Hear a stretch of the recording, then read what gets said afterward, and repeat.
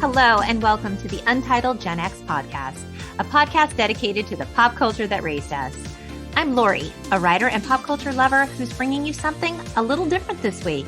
Badass podcaster Amy of the killer Gen X This Is Why podcast invited me to join her to discuss Saved by the Bell's iconic Season 2 episode, Jessie's Song, aka I'm so excited, I'm so scared, aka Jessie Takes Pills, you guys.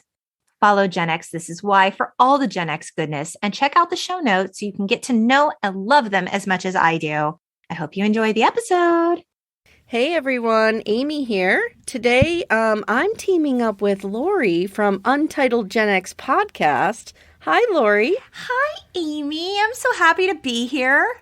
And I'm thrilled to do this with you. So for those of you who don't know me, if you're listening to this on Untitled Gen X Podcast, my name is Amy and I am part of a podcast called Gen X This Is Why. Yes. And we look at old shows like Little House on the Prairie. Okay.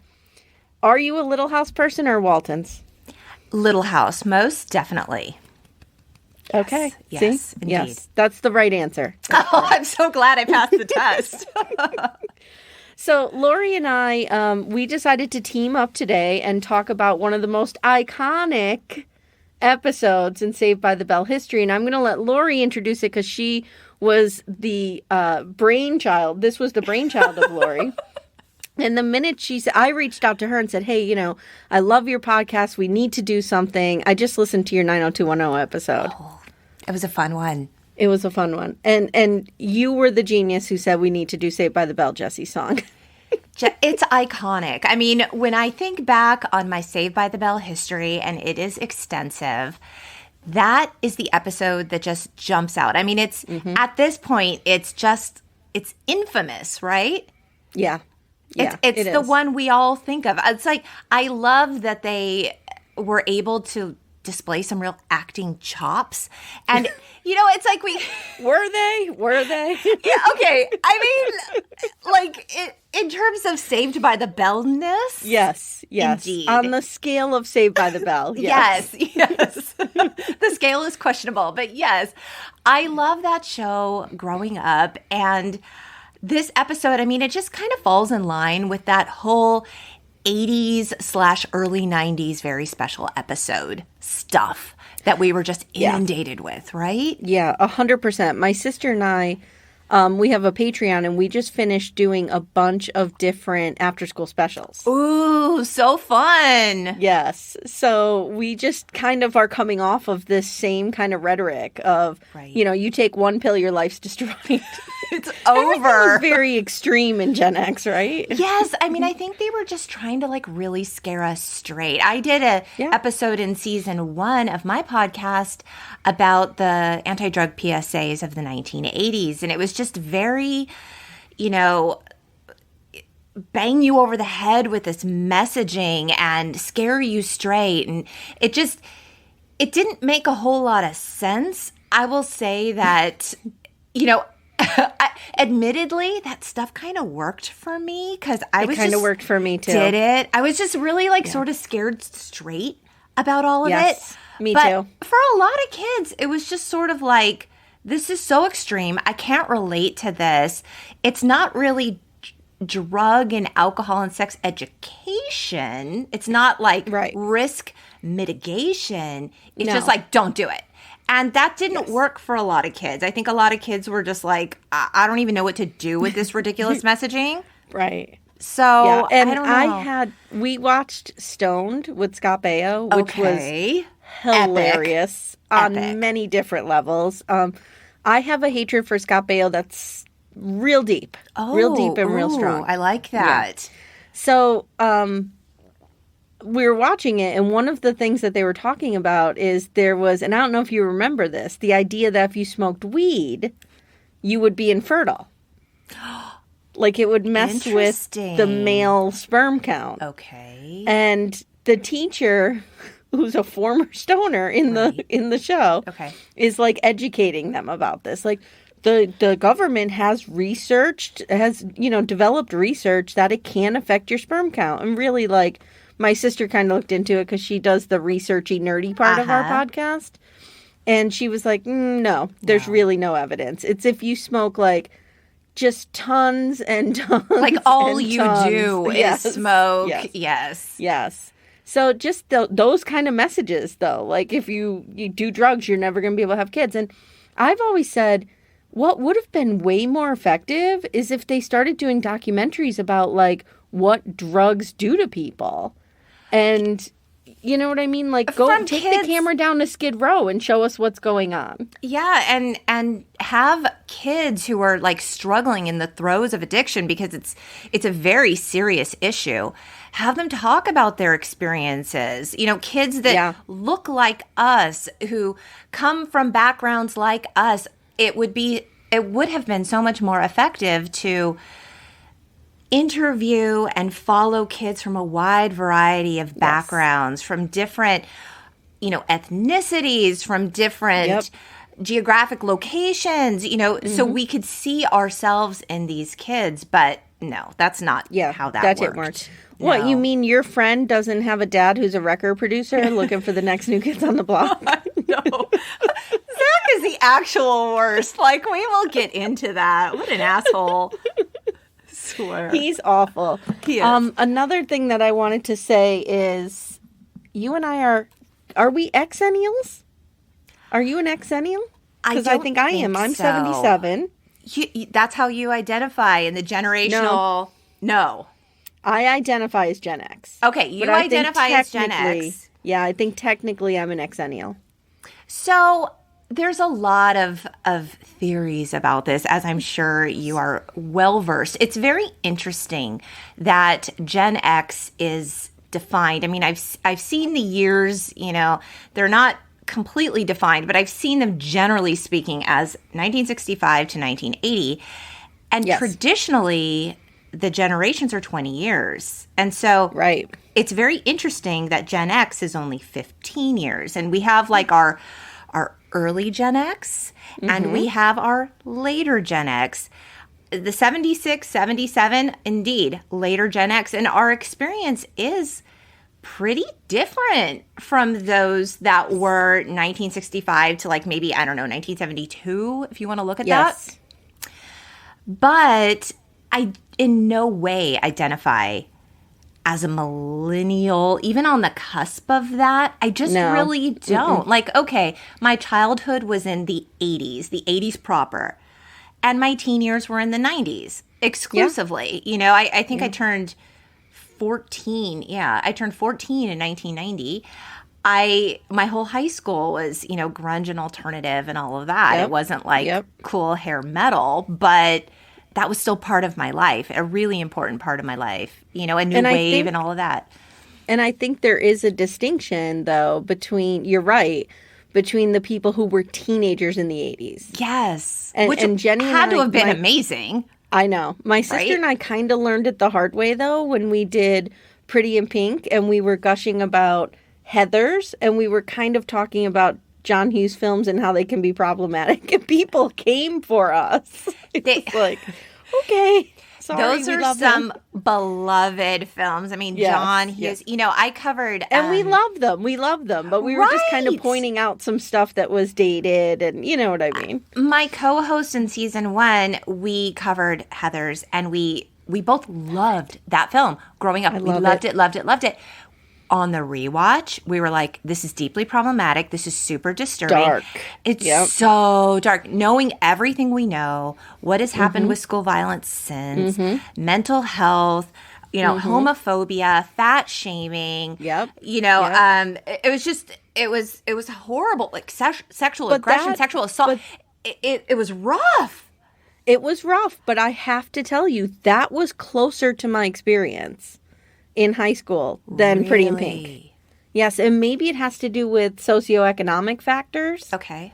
I grew up in a really depressed area. We were, lower income. Like, maybe it had to do with that. I don't know.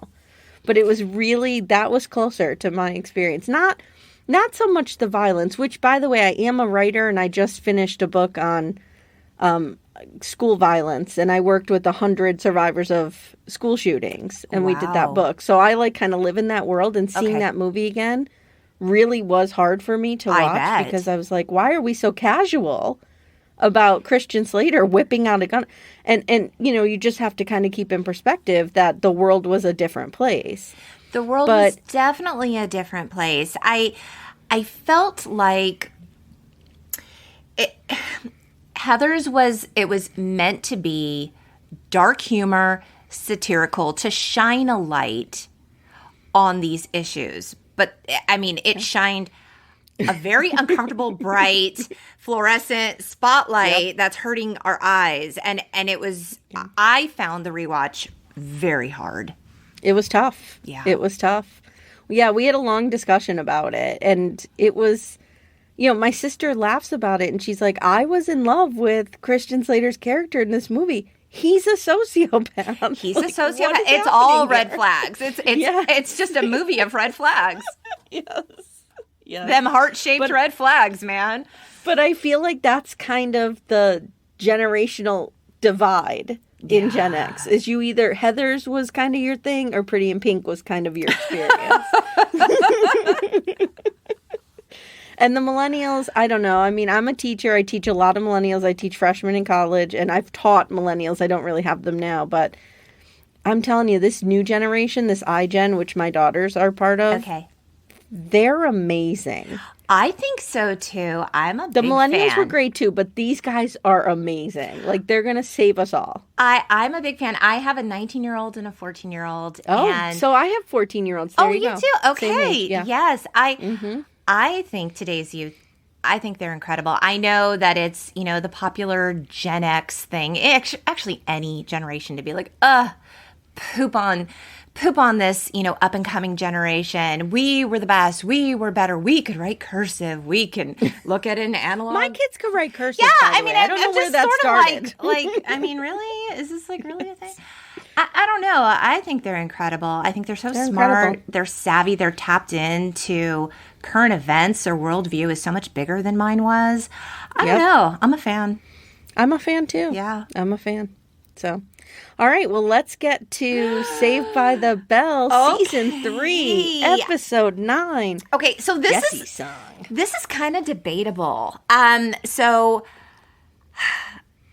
I have seen this listed as Season 2, Episode 9, many places. Oh, do I have it right or wrong? Okay. So you neither have it right nor wrong. On Hulu, where I found it, it is Season 3, Episode 9.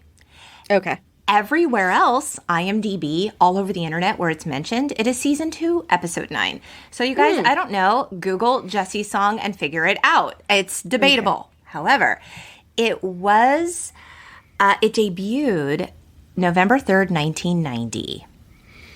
1990. Okay, so I was 13. Okay, yep, I was 14. Mm-hmm. Okay.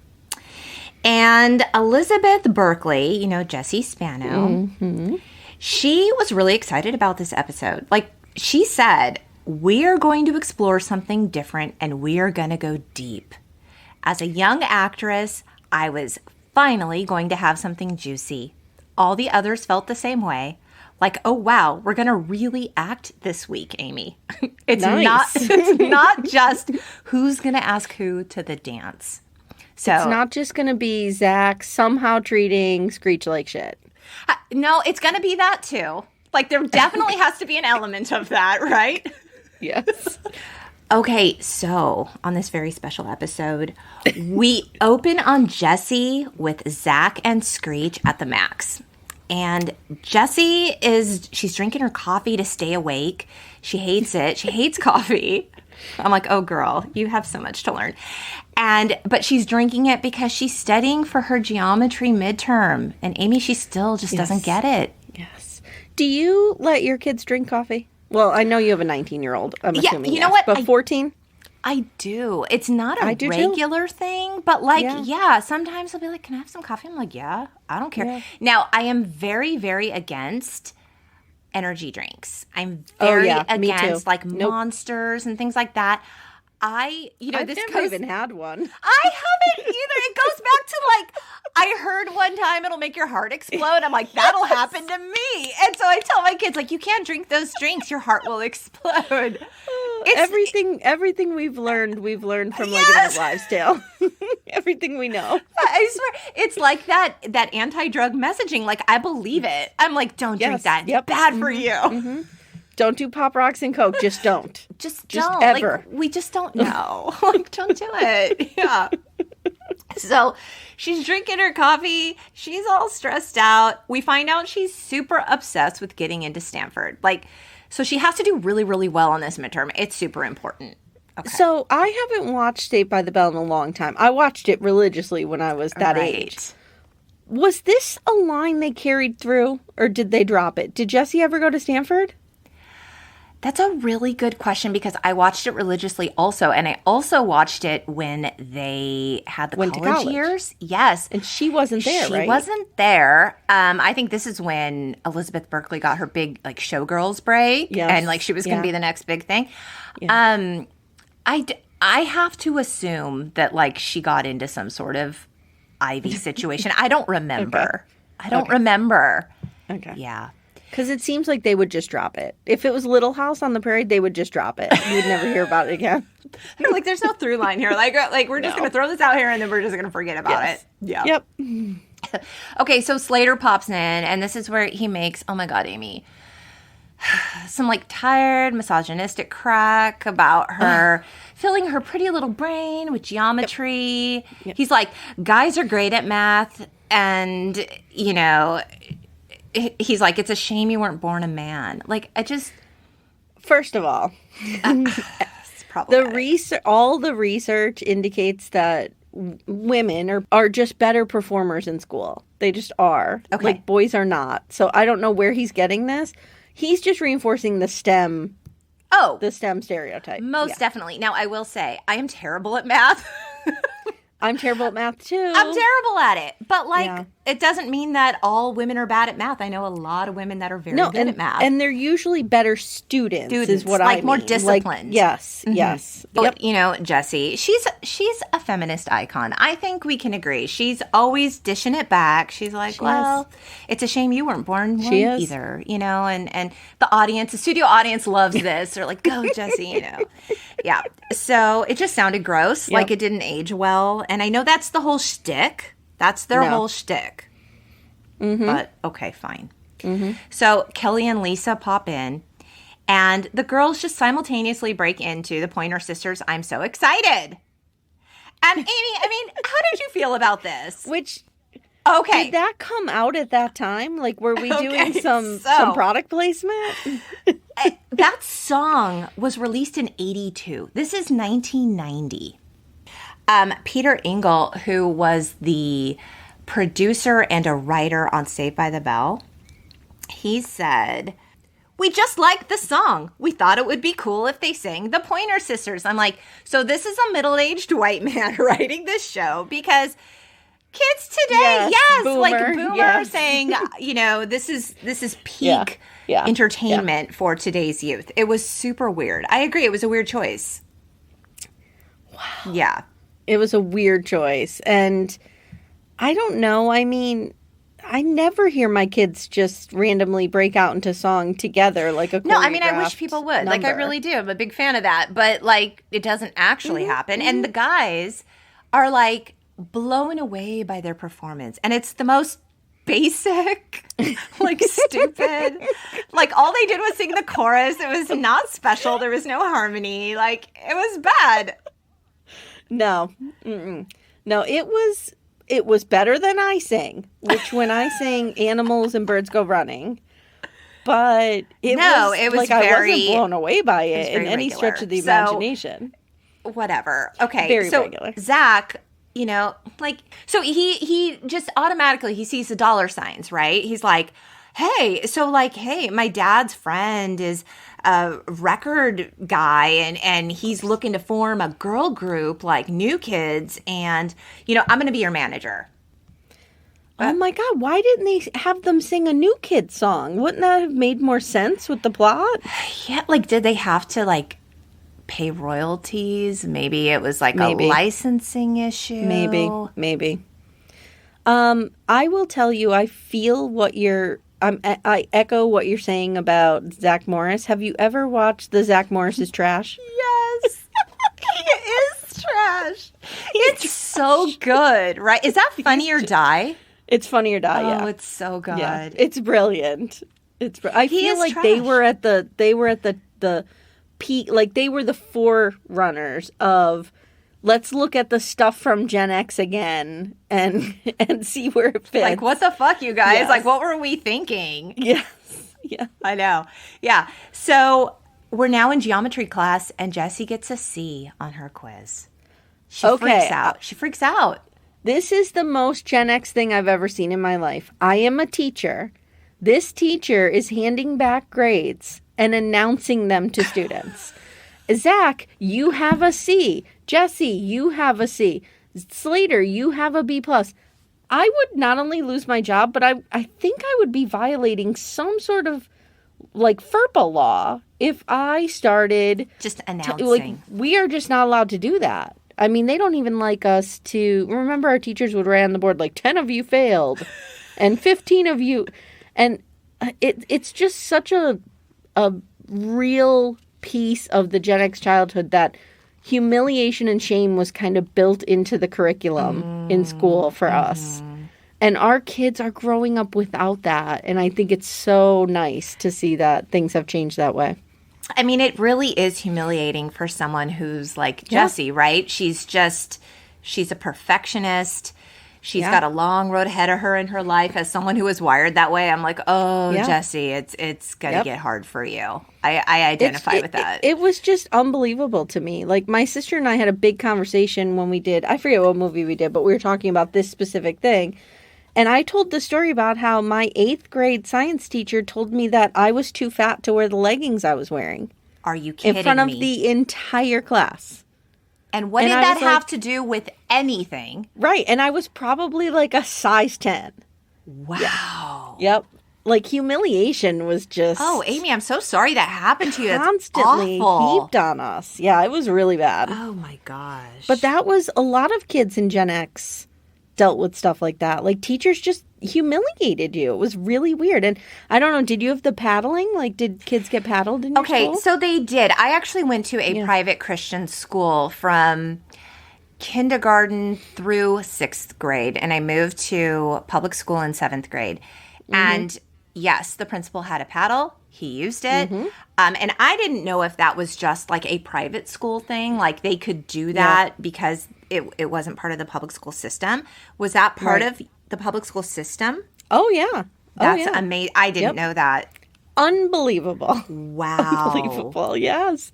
And then they wonder why, like, so many people hated school. Right. Like, it was survival of the fittest. We were being humiliated. We were being abused. Yes. I mean, and, like, I was a pretty good student. I never personally got paddled. But, like, I had the secondary trauma of witnessing other kids get paddled. So, it was really they would crazy. Actually do that in front of other students? Sometimes they would. It depended. Yep. That's really so crazy. Unbelievable to me. So this teacher handed back these grades. That just hit something with me. Oh, my gosh. So Jessie's freaking out, and Slater's like, Jessie, you know what? I'm a man. I will come and I will help you and your pretty little head learn some math. I'll go to your house and I'll help you. Okay, fine. Slater's the worst. He's the worst. I swear. So there really wasn't a guy on that show that I like that I identified with that I would have a crush on. You know, thinking back, I think I crushed hard on Zack because he was cute. I think at that point I wasn't really looking and or caring about behavior. Okay, that makes sense. I think I just thought he was cute. And I'm like, oh, he's cute. All the girls like him. I like him too. I think it was like that You're basic. right, because 13-year-old Amy was probably like, if you had to pick, I would pick Zack. Right. Probably. Right. But I mean, Slater was just so muscly. I don't know. That wasn't really like my thing. Give us a Dylan McKay. Give us a third option or fourth option besides Screech, Slater, and Zack. Give us a 30-year-old pretending to be a high school student. Right? I'll take it. I'll take it. Okay, so this is when Zack, he's the king of great ideas, Amy. He's like, hey, my little minion, Screech, you need to take a tape recorder into the girls' locker room to record the girls because that's where they sing. You need to go do that. And Screech is such a dumbass. He's like, yeah, okay, I'll do that because you asked me to. Consent is just not a thing. Oh, no. I mean, it's just not a thing. Like, whatever. Yeah. So this is when we cut to the girls in the locker room. We see Jessie, and she's studying her geometry. Like a good girl. The locker room. Yes. Mm-hmm. She's like, does anyone know how to bisect the vertex of an isosceles triangle? Yeah, she might as well have said something in French. Yeah. I was not getting it. No. Yeah. So Screech pops in, right? Dressed poorly disguised as a woman. He's wearing a dress, a wig, glasses, a handkerchief on his head, giant fake boobs, and he's holding a mop, right? And then, like, with a super shitty Irish accent, he sees depressed Jessie and says, when I'm depressed, I sing a song.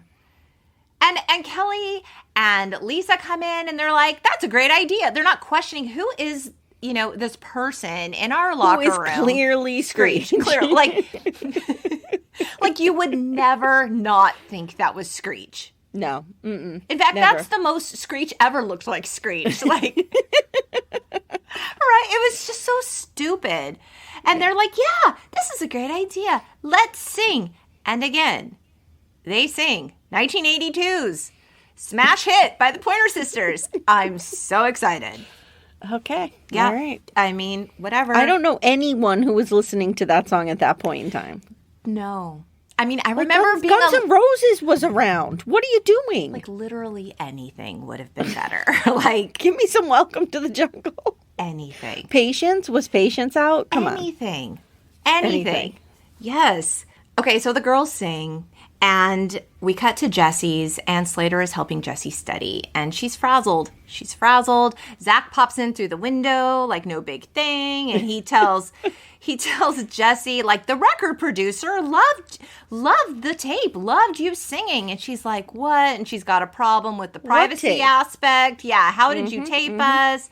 And then that's just, forgotten about the minute Zack, gaslights her and tells her the record, exec thought you were the best. Like he could even tell who was singing, who's the best. It was stupid. And she's like, oh, Zack, okay. Like, Zack can just, for as sophisticated and suave as he was, he just can never read a room. Oh, no. Like, I'm just going to dump all this pressure on you.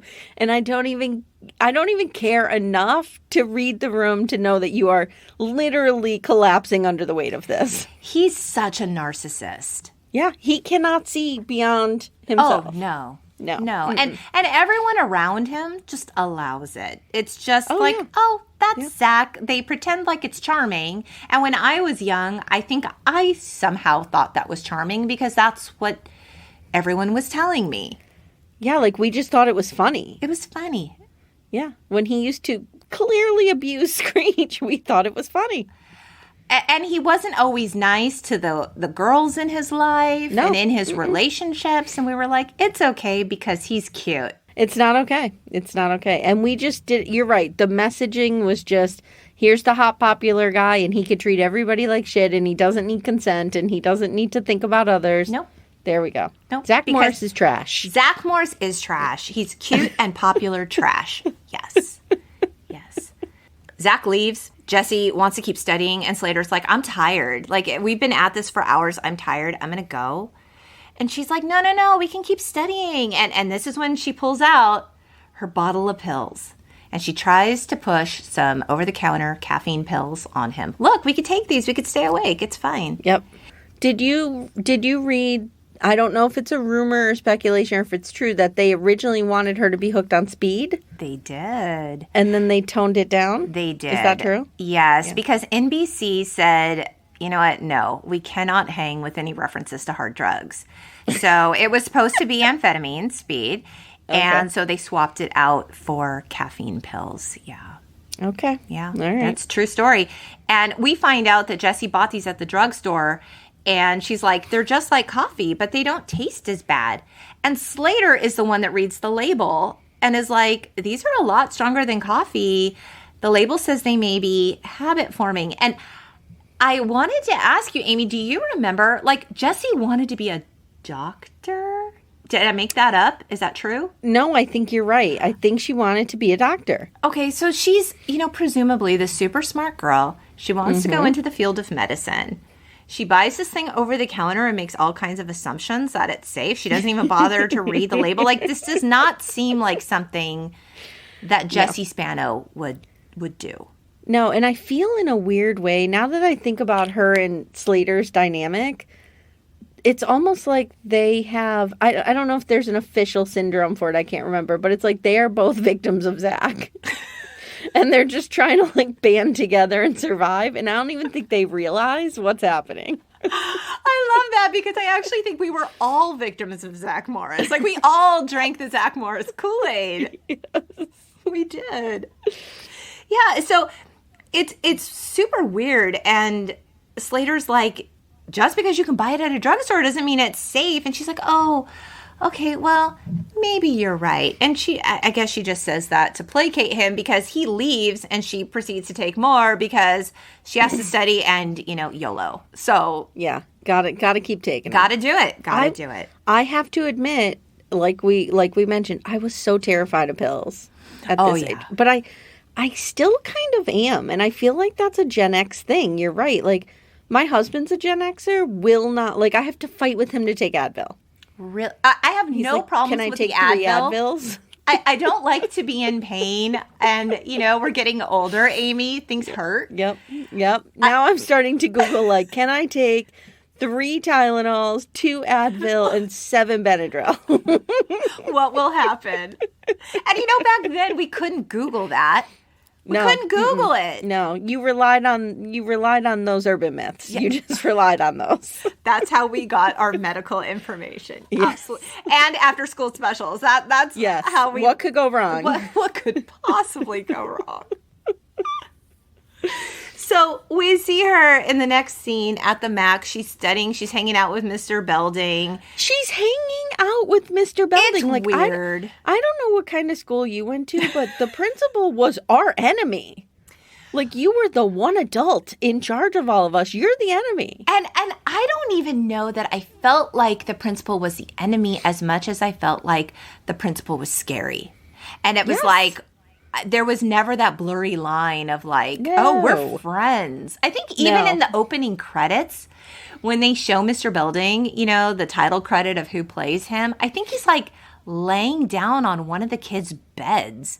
And I was like, that's odd. Wait, what? Am I making that up? I feel like I saw that. I didn't make a note, but I was just like, oh, it struck me as odd. Like, I feel like that's a bridge too far.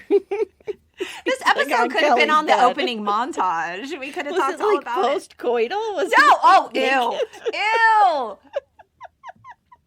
Oh my God. No, I think he was just like he's fully clothed, but like he's like laying down like blah, blah, blah, talking to someone. Yeah, no. No. I assume that was one of the kids' beds.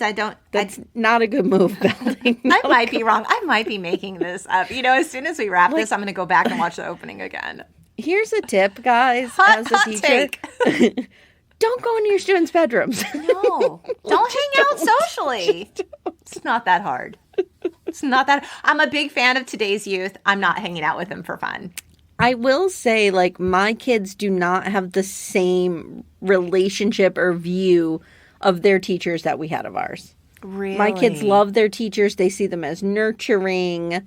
That's lovely. We didn't really have that. Again, this generation is so amazing. But so are the teachers who are teaching them. Yeah, it's they've different. learned so much and it's come so far. It's different, yeah, for sure. So she's hanging out with Mr. Belding because they're best friends. And, he's like, Jessie, you got to relax. Like, I will write you a great letter of recommendation for college. You don't need to stress out. And then she has this really stupid daydream that if she fails this geometry midterm, she's going to end up at Surf University where they don't do anything all day and hang out in their swimsuits and just chill. It's a disaster fantasy. Absolutely. It's the disaster fantasy that Gen X embraced so much. There's always consequences. Right. Like if there's a contest, you can win the contest, but if you lose, there's consequences. If you lose, life is over. Yep. We call it on our show getting little housed. Like everything will go to hell. Okay. Little housed. Yes. I kind of live and die by that kind of thinking. Do you? I'm a master catastrophizer. Is that how you say that word? I can't say it. Yeah, that's me. Yep. Yeah. Yeah, my sister struggles with that a lot. And she'll have to call me up and I'll be like, okay, let's break this down. Like, because you have a scratch on your arm, you're not going to have to cough your leg reading the Bible. Right. Like, it's not going to go that way. But what if it does? But what if it does? Yeah, so this is when she proclaims after this, disaster fantasy, I'm going to ace that test no matter what it takes. Okay. Dun, dun, dun. Dun, dun, dun. Yep. So we've got some foreshadowing here. So sleazeball manager Zack, he tells the girls the record execs loved you, but they're interested in 3 other girl groups too. Their names are Buns on the Run, Spiked Earlobes, and Zit Hit Machine. Yeah. That's the stupidest thing ever. Because girls are just about bodies and earrings and makeup. Yeah, yes. That's it. Mm-hmm. Yeah. So he decides, we're going to make a music video, and your guys' name is Hot Sundae. Hot Sundae. Hot Sundae. Hot, sexy Sundae. And the girls are stoked. They're like, that's so cool. Yeah, we're Hot Sundae. I like it. First of all, a hot, because he spells it A-E, right? Sunday. Yes. Sundae. First of all, like Hot Sundae sounds absolutely disgusting. Gross. And super sexual, right? Like hypersexual. And of course. They could have called them anything. Anything else. Yeah. I don't know. So, Jessie is sort of like, I don't know how I can carve out the time to make this music video. Like, I've got the midterm, I've got student council, I've got honor society, I'm stressing out. And they all beg her. She gives in. Jessie doesn't know how to establish boundaries. Nope. Jessie can't set boundaries. No. She's really the only one who gives a fuck about time management. Oh, yes, I know. No one else cares about anything. No. I guess no one else is taking this midterm? Well, they did better on the midterm than she did. And they're not worried about it. And she's just, a mess about it. And she's got all these other commitments. And maybe the girls don't really care because they think they're going to make it big with Hot Sundae. There you go. Yeah. We don't need school. Has a lot of promise. We're pop stars now. Yeah. So this is the best part. This is when we cut to the making of Hot Sundae's Go For It music video. And I have to say, wow. First of all, wow. It is a million questions. Full music video. It's like a full song. And it's in the Max, correct? Oh, I didn't catch it. I thought they were in a gym. I think it's in a revamped Max, but I could be wrong. I think they use the same set, but I could be wrong. Oh, interesting. I don't know. I didn't catch that. It looks similar. But, the girls are dressed in their leotards. They are singing and working out. It is a full music video. It's a full song. It was stuck in my head for a week. I'm sorry. I know. I'm sorry for you. I know. Why? Why? Why? Just why? Why does it have to involve physical fitness? Okay. Why are we doing aerobics? Okay, I think we're doing aerobics because aerobics were hot in the 80s. Jane Fonda, Olivia Newton-John physical. It was not. But not with kids. This is totally a boomer thing. Yep. Remember Get in Shape Girl? I do remember that, but wasn't that Alyssa Milano's Teen Steam, that workout video? Wait, I don't know that. Oh. Okay. I think it was called Teen Steam. Yeah, she had a full workout. It sounds smutty. I would have been into it, I think. I think like that whole fitness craze, jazzercise-ish stuff of the 80s. You know, Okay. we're in 1990. We can't, 1990, we saw a lot of changes happen in the 90s, but like we're on the tail end of the 80s, beginning of the 90s. true. I kind of feel like that's just a carryover. Yeah. Yeah. You're and probably right. because of the words of the song, it kind of fits. Like, remember, it's like, put your mind to it, go for it, get down and break a sweat, rock and roll, you ain't seen nothing yet. Okay, so that's been in my head for a really long time. Lovely. Amazing. Thanks. I hope you really like that rendition because I worked really hard on it. No, I'm just kidding. But like that whole get down and break a sweat, this is rock and roll, we're pretty girls, we're working out. Okay. I think that's All what right. that was. So Yeah. So I loved Lisa's cool slow-mo cartwheel. It was so cool. Like, what an influencer. Like, it was funny. I just feel like, so let's think about this for a minute. If this was some fake record producer. Right. Wanting to combat the popularity of the New Kids on the Block and find Right. like a female equivalent. New Kids on the Block were not doing this kind of stuff. They were actually doing decent stuff. Oh, yeah. I mean, like, they were dancers and they had harmonies and Yes. Yeah. And they weren't doing workout videos. They weren't doing workout videos. This was like a I don't know, felt like an Olivia Newton-John kind of. Very much so. Yeah, maybe very she was much. brought in as a Well, I have a fun correspondent. bit of trivia for this. The dancing finger. I'm using that term really loosely. The exercise dancing was choreographed by Berkeley's personal dance teacher, Michael Rooney, who is the son of Mickey Rooney. Mickey Rooney. Wow. He choreographed this Okay. masterpiece, yes. Wow. And Okay. if you Does he like- want anyone to know that? Has I he don't taken know. them to court I'm- to get that redacted. Breaking it wide open here, Amy. Yeah. So if you guys like the song, because I mean it's kind of a bop, it sticks in your head. It's featured on the Saved by the Bell soundtrack that came out in 1995. Like, you can get it. You could probably download it on Spotify and add it to your workout playlist if you're so inclined. There you go. Yeah, There you go. It's there. It's there for you to enjoy. So Kelly, Lisa, and Zach, they tell Jessie, the record producer, again, loved their video. They're coming to the Max tomorrow night. They want to see a live performance. They want to rehearse tonight. And, oh my God, Jessie has to study. This is not good timing. So this is the choice she's given. You could be the next New Kids on the Block. Right? Or you can do a little better on your test. Right. Choose like your that's- dream, Jessie Spano. yeah. Which one do you want to be? I feel like she needs to chase her dream here. I don't know. Yeah. So, they push her. She backs down again. I'll just study after, she says. And Slater finds those caffeine pills in her backpack and he confronts her and she gets super defensive. Why didn't somebody say, like, look, we can do both. I can come over right after school. I'll help you study. We'll get it done real quick.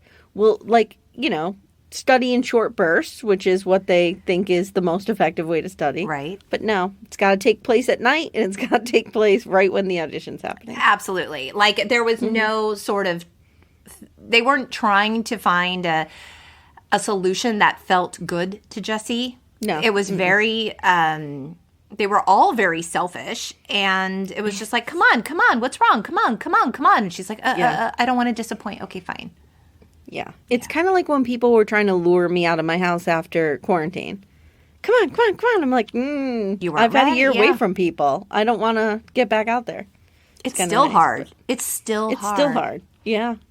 I went out last night and I'm like exhausted. Like, I'll be exhausted for 3 days. And I was isn't out that for weird? 2 hours. Like, I don't know how to Yep. people anymore. Yes. Yeah, I'm And bad I'm at okay it. with that. Yeah. I'm okay with that, though. To some extent. I think I was peopling too much. Okay. So, yeah. Taking So it back. This is good. Yeah. Mm-hmm. So, but are people like, you now at this age, and I wasn't good at this when I was young either. I was a lot like Jessie. I think if I was pushed, I would just fold.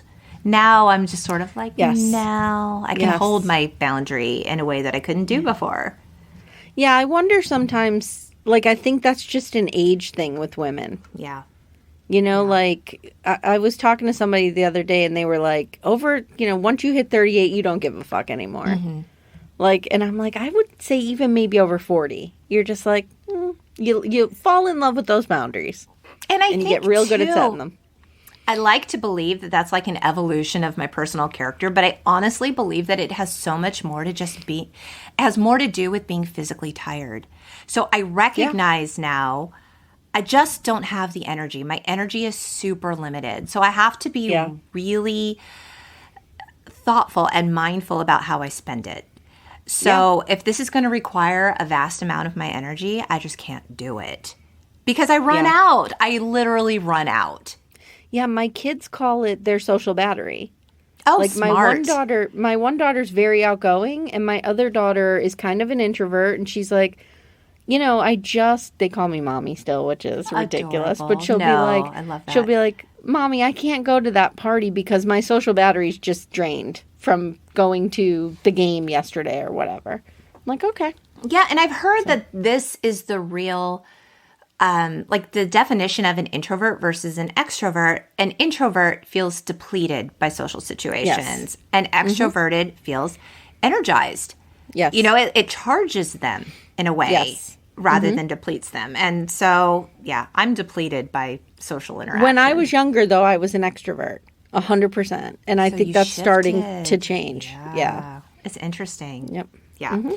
So Jessie's definitely an introvert then, right? We think, maybe? I don't know. I don't know. I mean, I think she wants to do all the things. I think she really, her spirit really wants to do it all. I just think there are limits. Yes. Yeah. Yes. I don't. All this dancing and exercising. I mean, right? Just draining her social Good battery. Lord. She's tired. The next day in class, Jessie is like speed talking, like, right? And she's acting super hyped, and everyone around her is like, what the fuck is wrong with you? Is she on cocaine? Right. Like, she takes her midterm at warp speed. Mm-hmm. And they're just like, what's going on with Jessie? And Slater tells the gang, Jessie's taking drugs, and I'm worried about her. Okay. They cut immediately to rehearsal. No one says anything, even though she's acting insane. She's bouncing off walls. Yes. Like I don't know how she didn't have a heart attack. Right? Like, how did her heart not explode? And the episode is 22 minutes long. This comes at like minute 18. They spend a long time on the setup for this instead of on the resolution. Yeah. And now, the resolution's like, 2 minutes. We're done. and nobody, Slater full on told the gang, Jessie's taking drugs. I'm worried about her. Next scene, rehearsal. She's bouncing off the walls. Yeah, she's clapping. I'm hyped. Yeah, it's going to be great. It's going to be great. Ready. It's good. And nobody says anything. No, nobody says anything. Why? Because it fits their agenda. She has high energy. She's going to bring it tonight. They're going to get a huge I'm shocked they deal. weren't piling more on. Like, Jessie, Here. You got to be better. You got to do better. They're, once in a lifetime shot. This is it. Nope. They're just like, oh, she's acting kind of crazy today. Huh? Okay, fine. Okay. So in the very next scene, we see Zack in Jessie's room, and Jessie's asleep on her bed, and he goes to wake her up. Zack just walks into her room. Just walks into her room. Yes, she could be naked. He doesn't know. No knocking. No. He just walks right into her room. She's asleep. He wakes her up. He's like, Jessie, we got to go. We got to go to the Max. It's Hot Sunday's big performance. Like, let's go. And she's super disoriented. She's really confused. She thinks like, oh, I have to take my midterm. And he's like, no, you already took it. You took it today. She's like, I have to wash my hair. And he's like, no, there's no time. We got to go. This is alarming. This behavior's alarming. Oh, yeah. Like she doesn't know what day it is. She doesn't understand time, space. Yep. Where am I? Like she's completely disoriented. So disoriented. And he just wants to shove her into a costume and get her down there. He's literally like escorting her along, like he's moving her body into the direction out the door so we can go. You don't need it. You don't need your clothes. Like, Lisa's got the costumes. Come on. We got to go. There's no time. And this is the breakdown moment, right? Mm-hmm. This is when she's like, no time. I don't have time to study. I'll never get into Stanford. I'm going to let everybody down. I'm so confused. And then she remembers her pills and she goes for the pills. She's like, everything's going to be okay. I just need one of these. And he's like, what are you doing? No. And he's trying to take them. And she's like, I need them. I need to sing. And then she starts singing, I'm so excited again. I'm so excited. And then she's like, I'm so scared. And she breaks down and sobs. And she just folds. Her body folds into his. And she breaks down. I'm pissed off. I wrote here, why does Zack get the emotional payoff of this episode when Slater has been the only one with a conscience? Okay, that's really a good point. I didn't even consider that. I was so pissed off about that. I mean, he drove her to the breaking point. Right. Why does Zack come in and get the payoff, like, to save the day? And poor Slater, who's been, Poor misogynistic Slater. Poor toxic masculinity Slater. He just. I don't know. Like, I actually remember watching this episode. I remember it. And I remember, like, being so sucked into this scene. I mean, I thought this was the best acting I ever saw in my life. I mean, I was like, wow. It made an impression on me. Peter Engel told The Ringer that the scene was filmed more than 25 times, to which I have to say, what the fuck is wrong with NBC to push this girl to do this 25 times? Where are they? They were doing it in the same... Right? Like, I think the breakdown was real. So Peter Engel said, quote, I kept saying, let them do one more. But the control room said no. They were probably like, she's been through enough. But he said, I knew they could do it. Mark Paul was almost in tears at that point. No shit. No shit. Oh my God, is Peter Engel the real life Zack Morris? I don't know. Is Peter Engel trash? I don't know. Allegedly. We're not trying to get sued here. I don't know. Is he like sitting in the control room being like, just keep going, keep pushing, keep pushing? I don't know. And then he says, Elizabeth was amazing.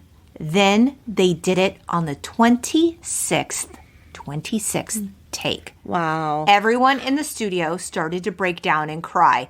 Probably because they felt really bad for the actors on stage. They probably want to go home. We've been here for hours. Wow, that's intense. Isn't that the craziest thing you ever heard? That's crazy. That is art imitating life. I mean, that is life imitating art, whatever. That's super crazy. Meta. It's super meta. Super meta, wow. And it's framed in this way that, like, isn't this amazing? And I'm like, isn't this problematic? Isn't this abuse? It's framed in this way of, but I was a boomer white dude, and I pushed these kids really hard and got them to crack. Wasn't that great? Pull up your bootstraps, kids. Yes. This is what it takes. Yes. Oh, yeah. my God. Yes. Wow. Very, very boomer mentality, right? Yeah. And when I think about it, like, I have not seen this episode in a long time, so when I went back and rewatched it, I had misremembered, and I thought Zack had been the one trying to kind of save her the whole time. And I think it's because I remembered the emotional payoff and Zack being there for it. Yeah. Yep. Yeah. So Berkeley said, nobody was like blowing menthol into my eyes to get me to cry. I mean, the thing was so clear to me that she was just someone failing in every category and can't keep treading water. So she just kind of had that flip. I personally think that filming the scene 26 times made her flip, but there you go. I'd be interested to see take 7. Right? Like, how different was it, really? How different? I bet you it's one of those things. They probably nailed it on take 1. And then they're like, we could do better. We could do more. Let's try it again. Let's do it this way. Yeah. I don't know. So meanwhile, back at the max, I hate these scenes. These filler, comic relief, screech, stupid-ass scenes. I hate this kind of thing. It's so insulting to the audience's intelligence, and I think I probably loved it at the time, which is why they had that kind of stuff in it. Like, so Hot Sundae comes out to perform. Jessie's not there because she's, addicted to pills and she's having a nervous breakdown. And so who fills in as the third member? Screech.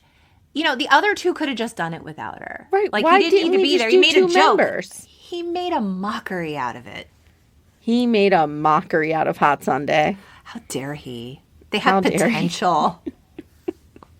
And as an adult, like, going back and watching the Screech scenes, like, I just keep wanting to punch him in the face. And I mean, may he rest in peace. But you know what I'm saying? Like, it's just, ugh. See, I have the opposite effect. I have the opposite reaction, I mean.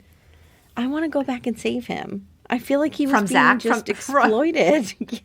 I feel like Zack is just this overlord. Oh, my God. Well, poor Screech just wanted friends. He just wanted to be liked.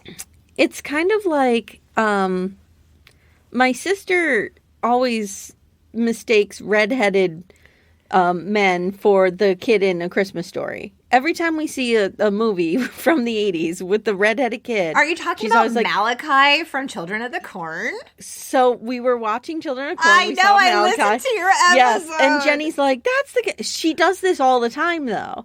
And I feel like it kind of predisposed us to not like redheaded boys because we thought they were bullies.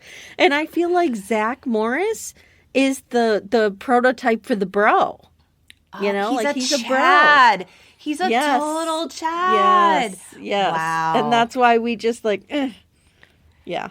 Yeah. Which I jumped ahead a little bit, but that's my why I'm going to talk about later. So I'll make that point better. Yes. Yeah. So, it's a stupid scene at the max, whatever, fine.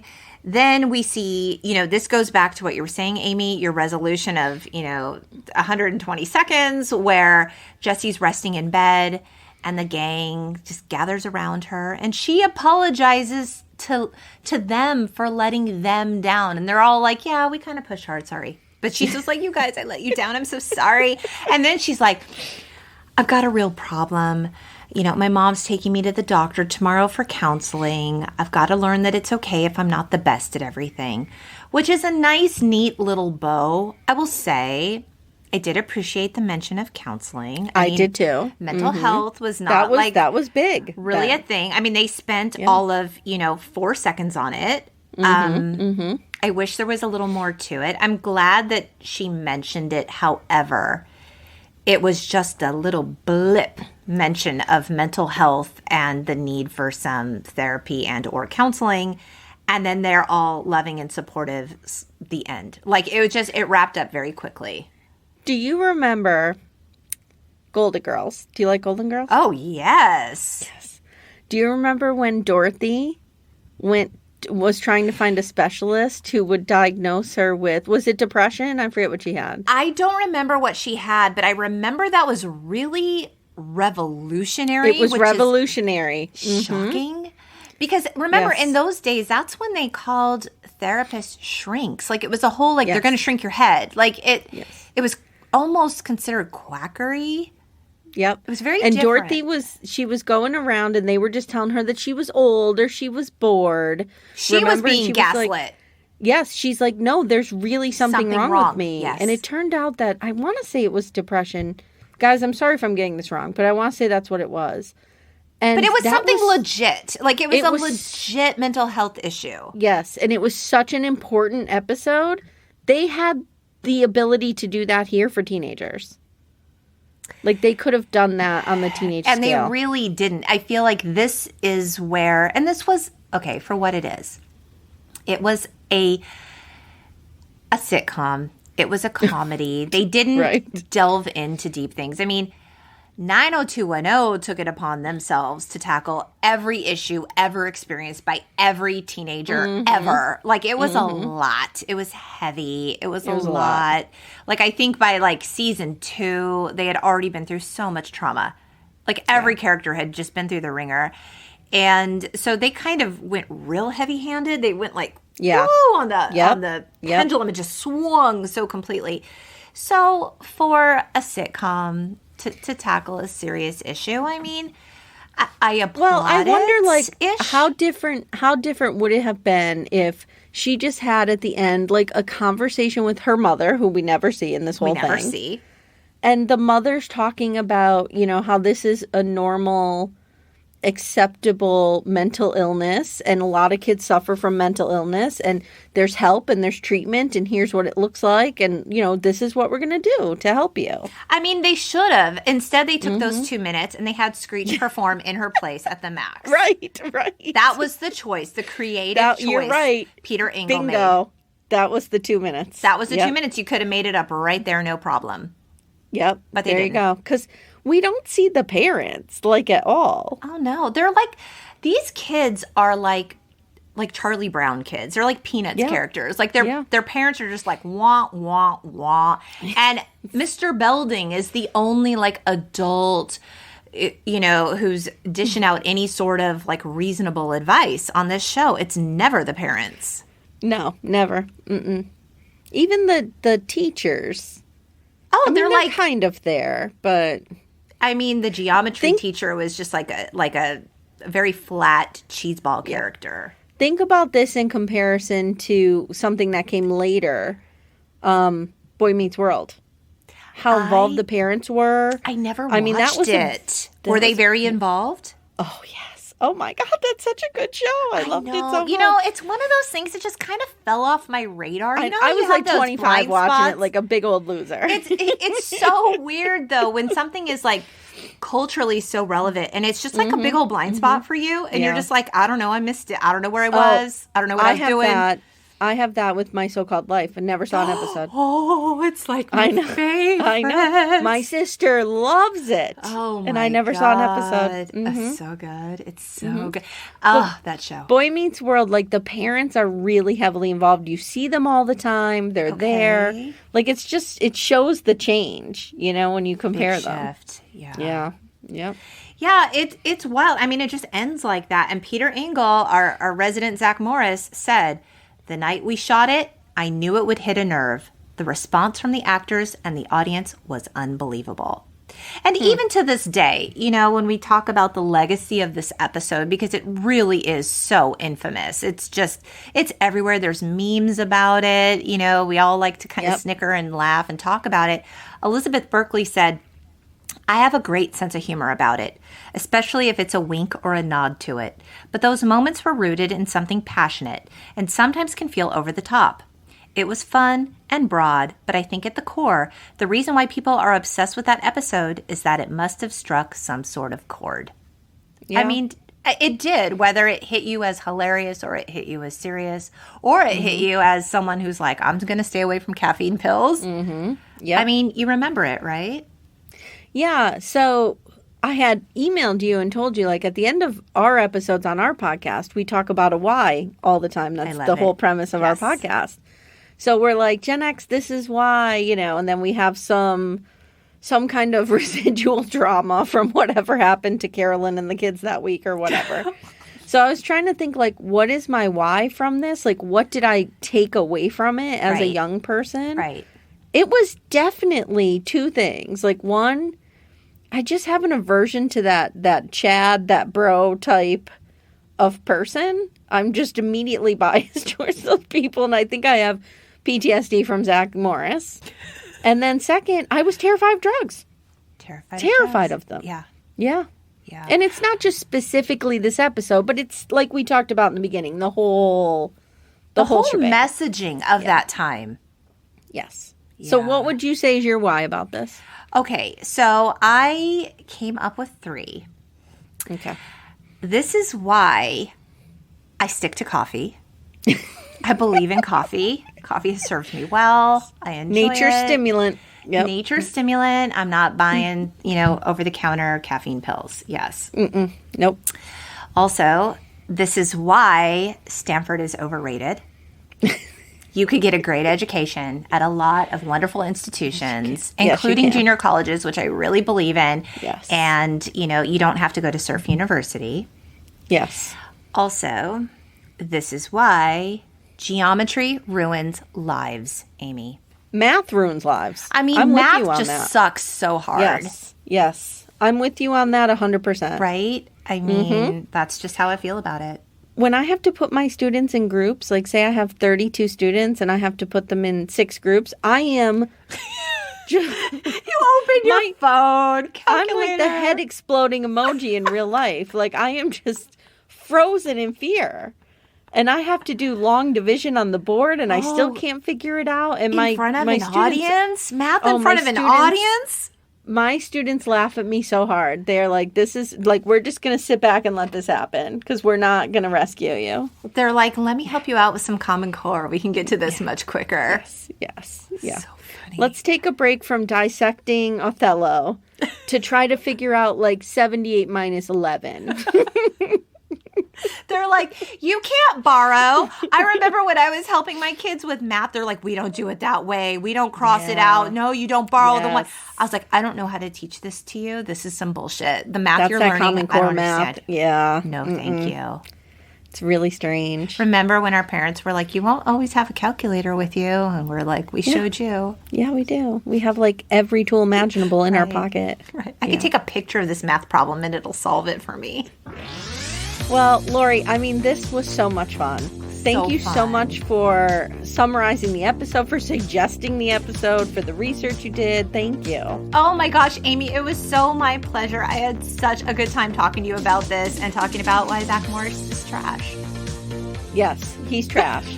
So just a reminder that you could find me at Gen X This Is Why, letter X, spell out the Y, and tell everyone where they can find you if they don't remember. I am at the Untitled Gen X podcast on most social media platforms. You are owning your social media, by the way. I'm trying. You're doing. I'm still super afraid of TikTok. I don't. Yeah, are you active over there? No, I can't go near it. I made some videos where I like superimpose my face over Carolyn, and I'm like in love with Charles Ingalls because I'm madly in love with him. I mean, I'm not in love with Michael Landon, but I'm madly in love with Michael Landon as Charles Ingalls in the 70s. Okay. But that's it. I stay away from it. Yeah, I'm on Instagram mostly. It makes my brain hurt. It feels like math. I don't want to do it. I don't know. I don't want to do it. And I will definitely link your show in my show notes. So I will as well. So if you're listening on either of our free feeds, then we can link each other and you can find us there. Yes, and thank you for the crossover opportunity. I love a crossover. It's my favorite thing. It was so much love fun, a good Amy. Crossover. Yep. Thank you, Lori. Thanks. All right, guys. Thanks for listening, and we'll see you soon.